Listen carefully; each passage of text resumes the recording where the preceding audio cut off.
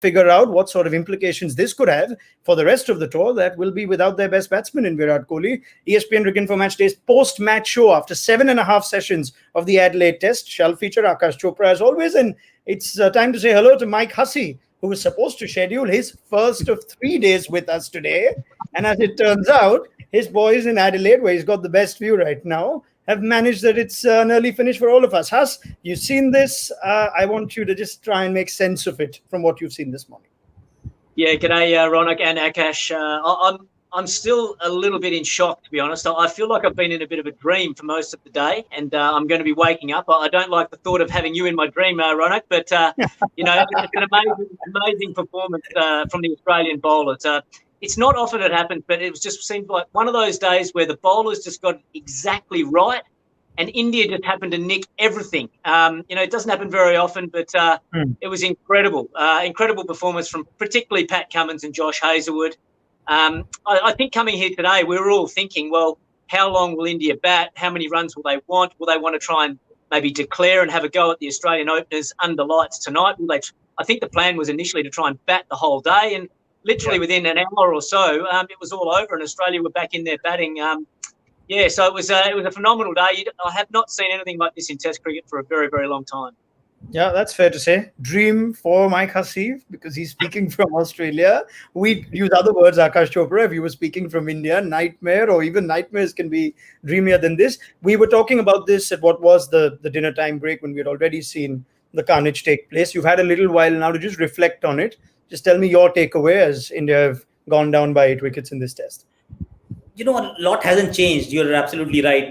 Dream for maybe an Aussie supporter, but nightmare for anybody who's seen this team very closely, because after the first couple of days, if you're ahead in that game, and now a 53-run lead in a test match where every batsman seemed to have struggled a lot, where run scoring hasn't been easy. 2.5 runs per over has been the norm for 6 sessions.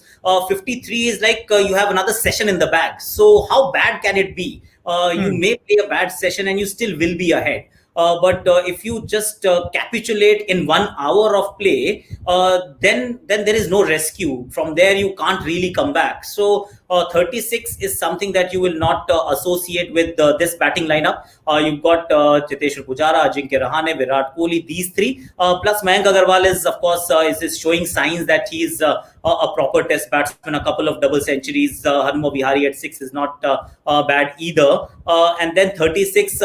a few things, maybe when you reflect, you also say that, yes, good bowling, quality bowling will happen. Once in a while, there will be wickets that will be taken. But was the wicket so difficult? The pitch so difficult? See, whenever you talk about fast bowlers picking a heap of wickets in a short duration of time, you expect, just keep your eyes closed. You don't have to watch the game. You just look at the scoreboard. You would say the ball is seaming. It's day one, green pitch, a lot of moisture, and whatever you're getting beaten, you're actually nicking it. This is a third day pitch, day like the morning session, not even the twilight session, which is supposedly very hard. I think our batting actually let us down big time. And one thing that also comes to your mind is that sometimes you want to break that rhythm. You want to change that rhythm somehow. I remember Mahendra Singh Dhoni once in England, where India was struggling and how. And then he started just stepping out for no rhyme or reason. He started stepping out. He made bowlers bowl short. He took a lot of body blows and got to a 70 and gave India a semblance of chance. Here you just saw an abject surrender, that you just stand there. You're trying to find a way, but you really don't have a plan beyond the basics. That I'll try and leave, even though I'm not 100% sure of where my off stump is. I'm not going to take the attack to the opposition because I'm not fully sure. So it was very, very disappointing in the end. Okay, so a lot to take away from your first comments, and there are a couple of things that I do want to get in detail with. Let me start with just why it's looked this hard for batting through the course of this test. It's not been easy going for anybody. We've seen session run rates of something between 1s and 2s. And today we've seen this capitulation, like you point out. So let's go to Mike Hussey on that first. Huss, you've been watching this test very closely, including the surface. Why has batting looked this hard? Yeah, well, there was a lot of it was very fluffy, the pitch, and a bit of moisture in on there on the first day, and so it was quite slow on the first day. So there was some seam movement, but very difficult to score. You didn't see many guys driving down the ground with any confidence. And that's why it took the likes of Pujara and Virat Kohli a long time to score their runs. I think the run rate was less than 2 runs per over there for a lot of that first day. So scoring was difficult. But then what happens, as that pitch dries out and gets a little bit harder, it starts getting a bit more pace into it. It doesn't quite do as much off the seam, but it does it quickly.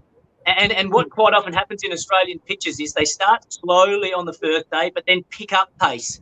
And you quite often see more wickets fall on day 2 and leading into day 3 because of that extra pace and bounce. The batsman doesn't have time to adjust to that seam movement or the swing.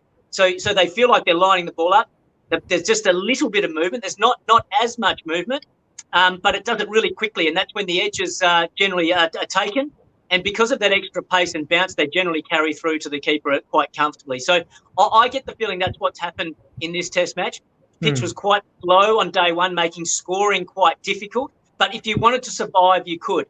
As the pitch dried out, it became harder. It got faster. It did less, but it did it quicker. And that's where it's difficult for the batsman to adjust. And that's where you can lose quick wickets, as what we saw with India today. Before I go to Akash, just one more thing for you. How much of this would you credit to just some relentless bowling over the course of 2.5 days? And how much of this would you say, no, batsmen still need to do better, they should take some blame? Well, put it this way, I don't think it's a 9 or all-out 36 wicket. It's not that bad. So I think India will be very disappointed with that. But this Australian attack was relentless. The lines and lengths that they bowled, I think they made an adjustment from the first innings where they bowled a little bit short of a length in the first innings. Yes, it looked good. They were keeping it tight. They were building up pressure. They were going past the outside edge, but they weren't getting the wickets. They made the adjustment to bowl about a foot fuller, and particularly someone like Josh Hazlewood. They tried to get that new pink ball up, get the batsman trying to come forward. Indian batsmen in general, they don't like to get those big stride in forward, which sometimes you need to do with Australian pitches. They were sort of half strides forward. Virat Kohli is probably the exception. He's someone that is very decisive with his footwork. But if the bowlers are getting the ball a lot fuller and there's not a lot of footwork there for the Indian batsman, that's when there's the opportunity to get a lot of nicks through to the keeper or to slip cordon. And it sort of felt as though that's what happened. In Australian conditions, when the pitches are like this, your first 10, 15, 20 balls are the most difficult. Once you get through that, then you feel like you can start scoring some runs. You're getting used to the pace and bounce of the pitch, how much movement there is. But negotiating those first 15 or 20 balls, it can be very difficult. And if your footwork's not quite right, you're going to be finding yourself walking back to the pavilion. Yeah, I really like you make that point. I'm going to go straight to Akash for this because footwork, if you actually put a split screen of the 4 or 5 wickets that fell, Akash, with the exception of Kohli, you look at Pujara, Agarwal, Rahane, Vihari, you'll actually see all 4 of them in some ways or the other just stuck on the crease. Now, Huss makes that point. Indian batsmen, the exception of Kohli's wicket today, not too keen to just come forward. Can you make sense as someone who's had to make those adjustments, why we've seen so many batsmen just trapped in the crease?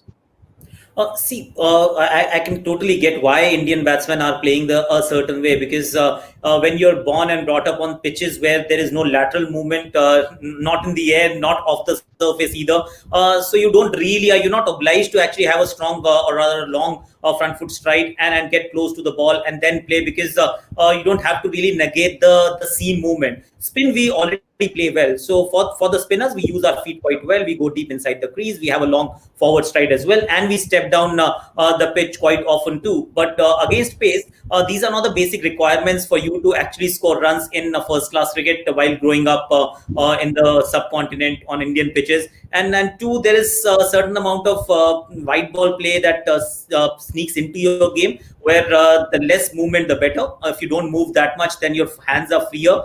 Someone like Pujara is an aberration who only plays one format, but he's got a different technique. Let's be honest, whether he moves, he doesn't move. The fact is he's built a technique which is all right for all weathers, all seasons, all pitches. And we saw that last time around as well, that he's got a unique way, but that way works well for him. And he's got loads of patience to make it happen. Others are not as fortunate or others are not as skilled mentally to have that kind of patience. So therefore, if there is technical deficiency, of course, that will get exploited or get exposed the moment the ball starts swinging, seaming on Australian or English or South African pitches.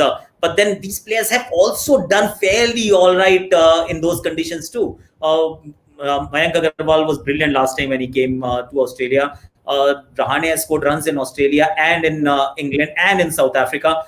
So you expected a little better, but it obviously did not happen. And there is one more thing, I think, just to add to that pink ball difference, and I've been harping on this. I'm not crying foul, or else it's not an excuse. But pink ball, what you've realized is that it stays harder for longer.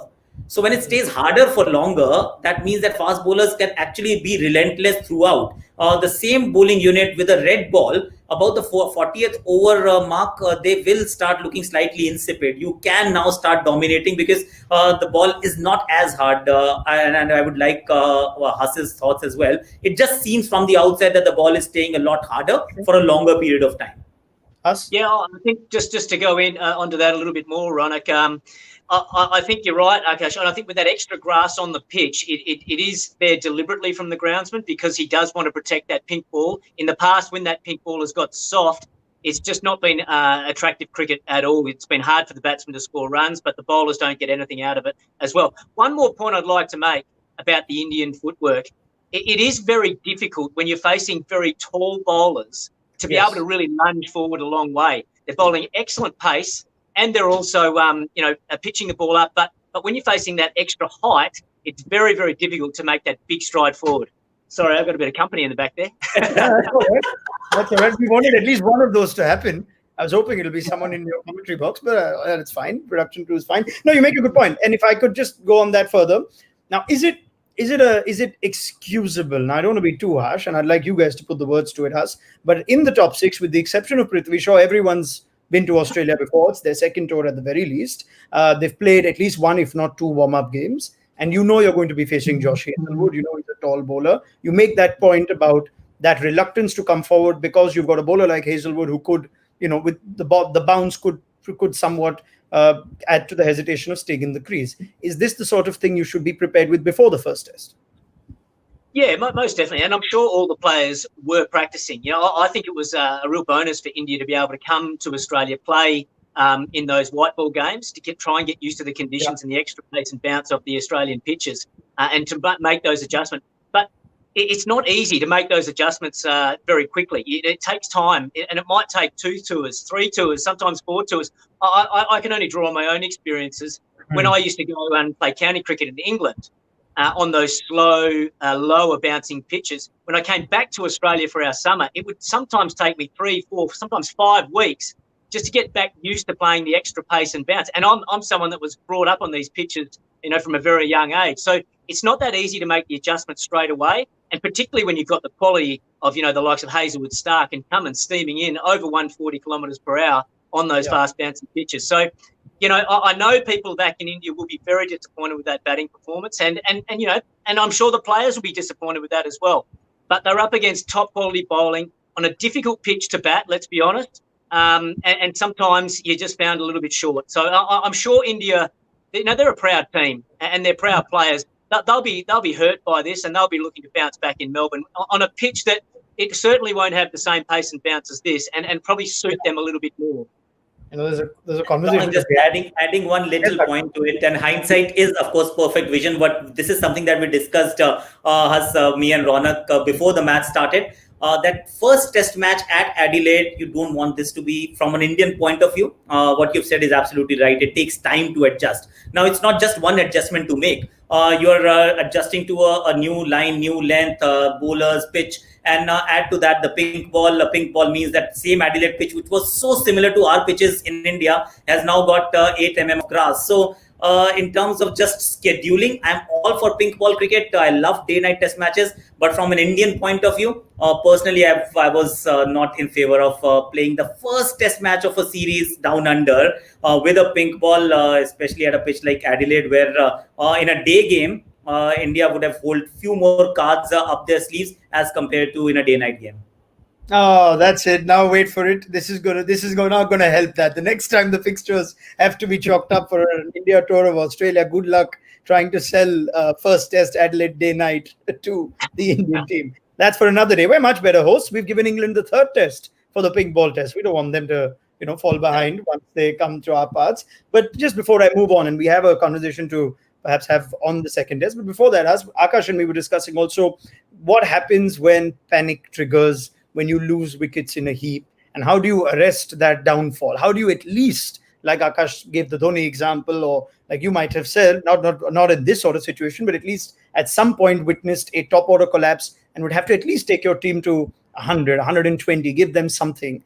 What can you do to actually stop that? If you were batting at 5 or 6, you've seen Pujara go, Agarwal go, Rahane go, what can you do to actually arrest that panic?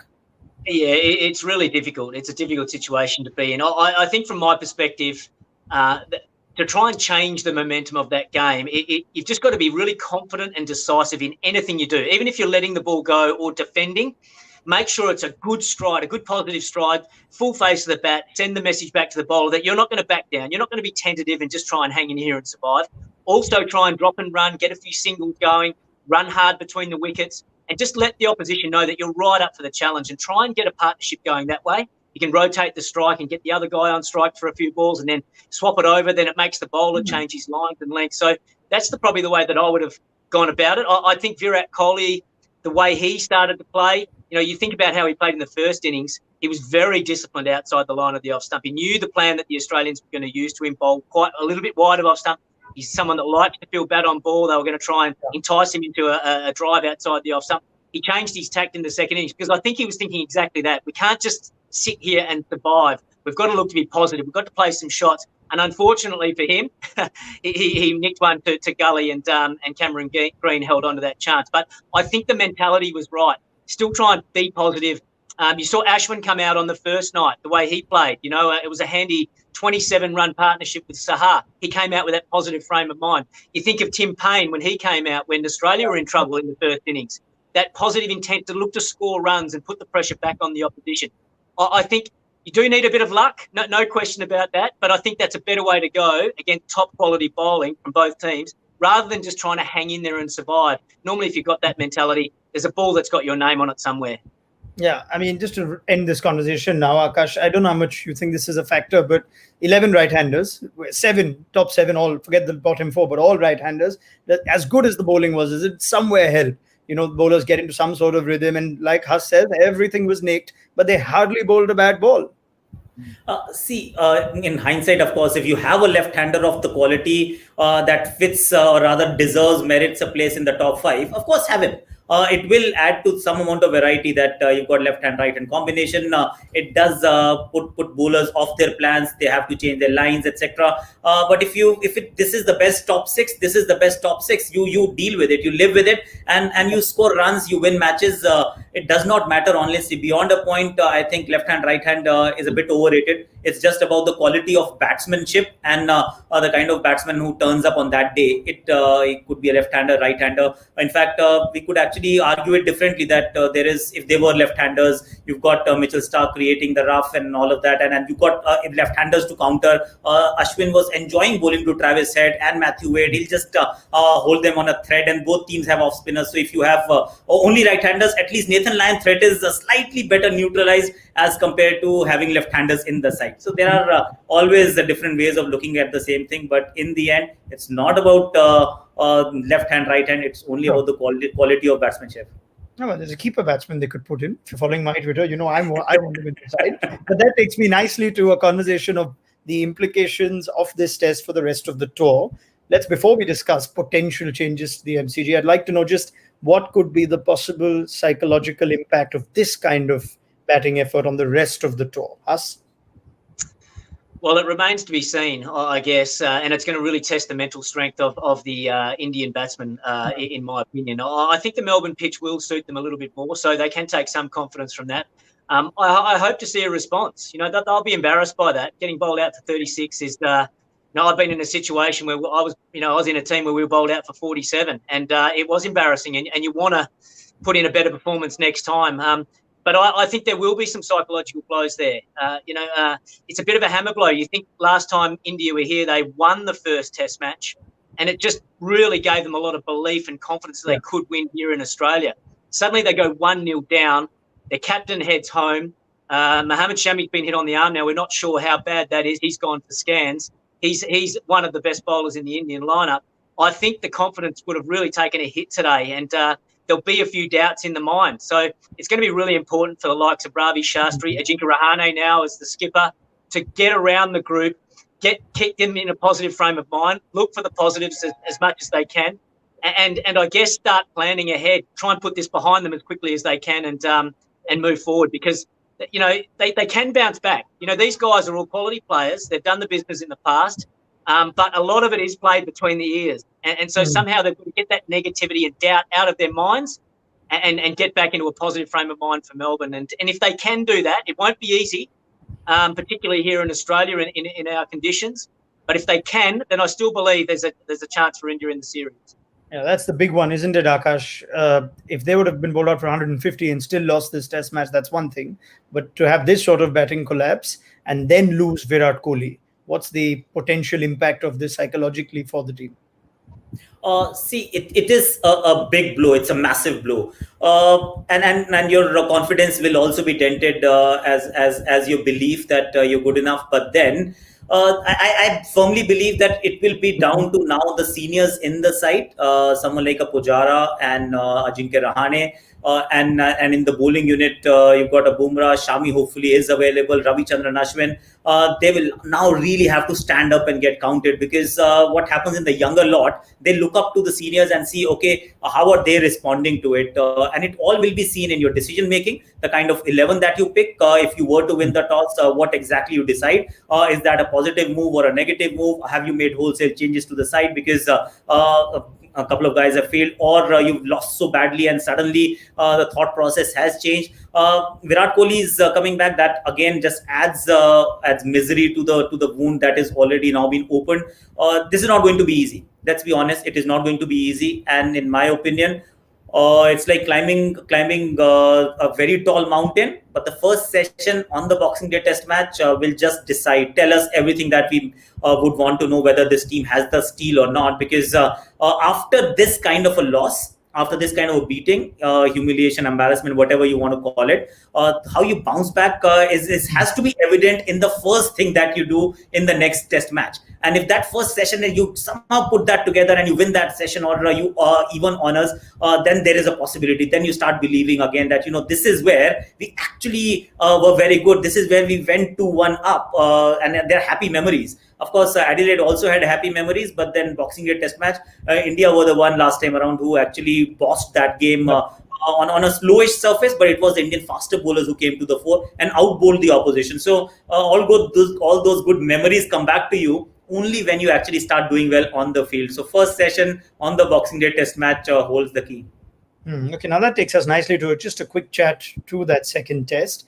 In light of what's happened in the first Test match, would India make changes? Would they be forced to make changes after that sort of performance? The Prithvi Shaw debate continues to rage on. Is that hidden now in what's a collective batting failure? Akash, if you were picking that team for that second test, let's start with the batting. We'll know more about Shami in the days to come. But would you be making changes? And who would obviously come in for Virat Kohli? See, for Virat Kohli, I'd be tempted to get KL Rahul. I'll get him in the playing 11, or Shubman Gill. One of the two actually doesn't matter. Doesn't necessarily change a lot, because whoever comes in my opinion, should be batting at either 5 or 6. Rahane must move up the order, get to 4. Vihari at 5. Senior members in the side, come on now, take more responsibility and control the game a lot better. Whoever comes in bats at 6. I will refrain from making a change at the top with Prithvi Shaw, because it's just not right. Whoever you're going to pick, you're not going to be fair to him or to Prithvi Shaw, because in the third Test match, it's Rohit Sharma who's opening. And why be so cruel or critical of just one guy when the entire team has failed? And this is what happens with a loss. Your bad form should never coincide with team losing, because then you are looking for scapegoats. And at this point in time, if you were to make those sort of changes, you will be only making scapegoats. If Prithvi Shaw is not getting picked again, then where does he go from there? And what will happen to a Gill who opens now in place of him the moment Rohit Sharma comes back? So why add to the problems that are already there? Just address some that you can. So one guy has to play in place of Kohli. Pick between Gill and Rahul, whoever you think is batting well. Just play him and get on with it.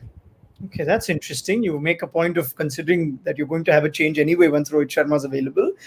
There's been, for the 6 balls that he's played, poor fellow, in the test match, there's been a lot of discussion on Prithvi Shaw's technique and whether he is the sort of player that can continue in for the rest of the tour. Now, would you make a change up there? You've seen enough of Shubman Gill.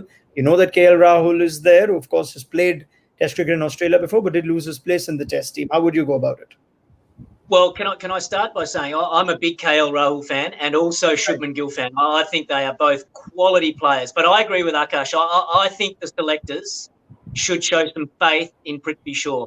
Yes, he didn't get any runs in this Test match, but it's one Test against quality bowling on a difficult pitch to bat. I just think of it from an Australian point of view. Joe Burns was averaging less than seven in first-class cricket.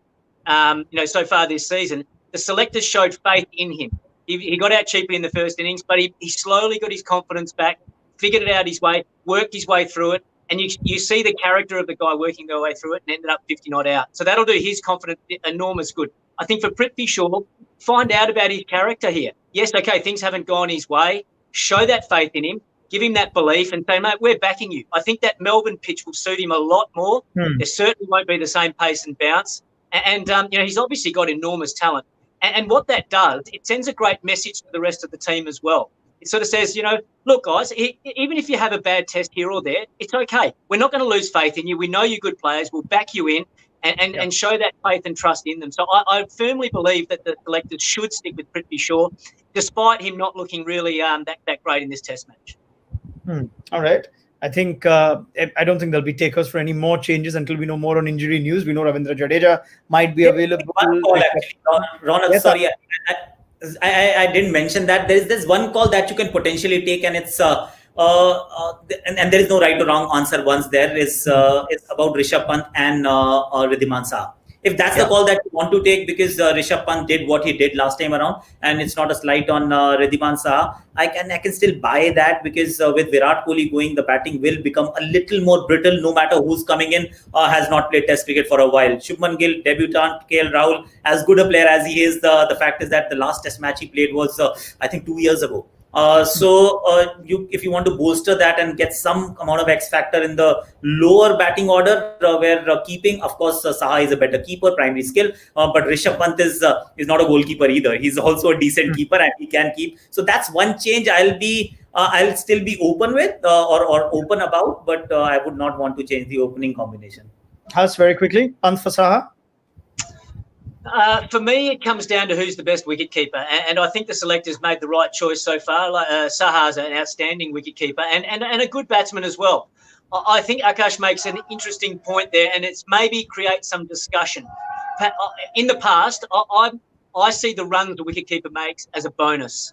I think you go for the best wicketkeeper because you cannot afford to miss a chance behind the stumps against the spinners or the quicks. So I always like the best wicketkeeper. Runs are a bonus. However, Akash makes a good point. You take Virat Kohli out of the equation and you're bringing in obviously a lesser batsman. Perhaps the extra runs that maybe Rishabh Pant can make do become a consideration. So I'm still leaning towards sticking with Saha, but I'd be open to the conversation and seeing what other senior members of the team think. All right. Now, they're losing out on their captain. Rahane will have to take this call, you think, with the rest of the management and the leadership group. Mike Hussey mentions Joe Burns. Has this half century now made matters a little easier for the second Test match? We don't know if David Warner will be available. You know that if he is, he's going to get straight into that team, Huss. Does that mean Matthew Wade goes down to the middle order again, and maybe Travis Head or Cameron Green they need to take a call on? How would you go about the Australian selection, assuming David Warner is fit? Yeah, well, it comes down to the fitness of David Warner. And I think if David Warner is fit, then he'll obviously come into the team at the top of the order. And I think they'll stick with Joe Burns now. David Warner and Joe Burns have a great rapport together. Warner openly says that he loves batting with Joe Burns, that they've had a good record together, which means that Matthew Wade could possibly go out of the team. Now, I know Justin Langer is a huge fan of Matthew Wade. So maybe there'll be a conversation about whether he plays or Travis Head plays in batting at number 5, because I think the Australians are really keen to keep Cameron Green in the side. He's a fantastic young talent, and as this series wears on and the bowlers get worn down, it's just it's great balance for the team to have someone who can bat in the top 6, but also help out with 10 or 15 overs a day to take the load off the rest of the fast bowlers. So I think Australia will be very keen to keep Cameron Green in the team. If Warner's fit, I think he'll come in. Wade, then they need to take a call on whether it's Wade or Travis Head, which is going to be a really tough call because I know Justin Langer and the selectors love both of those guys for their fighting quality. So there's going to be one unlucky Australian batsman when Warner comes back. Yeah, I guess it's the only call to make. Akash, if you were picking that team, other than dropping Stark, Cummins and Hazelwood for India's sake, what else would you do? Nothing, actually. You're absolutely right. And I will not be touching Cameron Green because of just that balance. See, team selection is not always about fairness or justice. It has a lot to do with balance. And Huss is absolutely on point. That as the series progresses, your fast bowlers need some break, and it's not often that India is going to get bowled out for 36, right? So they will be in for 110 overs, 120 overs, and then you need that fourth bowler. And in Cameron Green, they've got someone who's not even a release bowler. He's like bowling 140 clicks. He's tall. He gets a lot of bounce. He's not your just defensive option. He could actually pick up a wicket or two. So if you've got that kind of a batsman who also scored a century in the first side game that India played against this very opposition, this same bowling attack, then there is all the more reasons to just keep him there and get Warner back. Maybe Wade or Travis Head, one of them might just end up missing out. So be it. Can't really help it.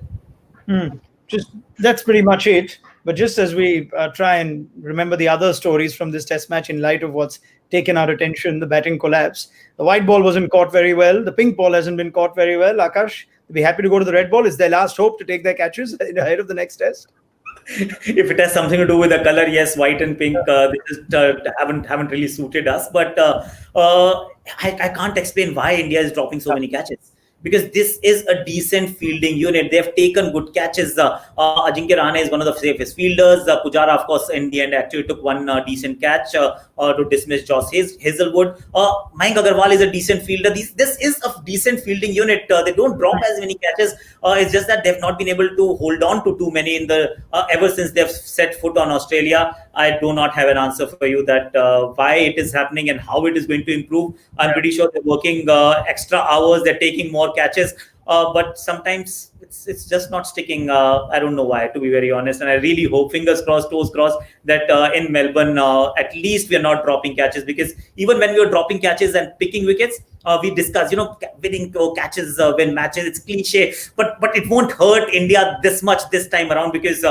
India managed a 50-odd run lead. But in the end, we found out that if we had taken those catches, things may still have looked a lot different with a 150-run lead. So catches are critical. They are the lifeblood. Don't ever underestimate their importance. I mean, I've heard this before from cricketers on these shows, Huss, that it can spread onto the team. It can become a bit contagious, bad fielding and good fielding. But have you been able to point a finger to it? Why are India dropping catches, like Akash said, since they stepped foot in Australia? Well, firstly, what I'd say is that the drop catches have been crucial in this match.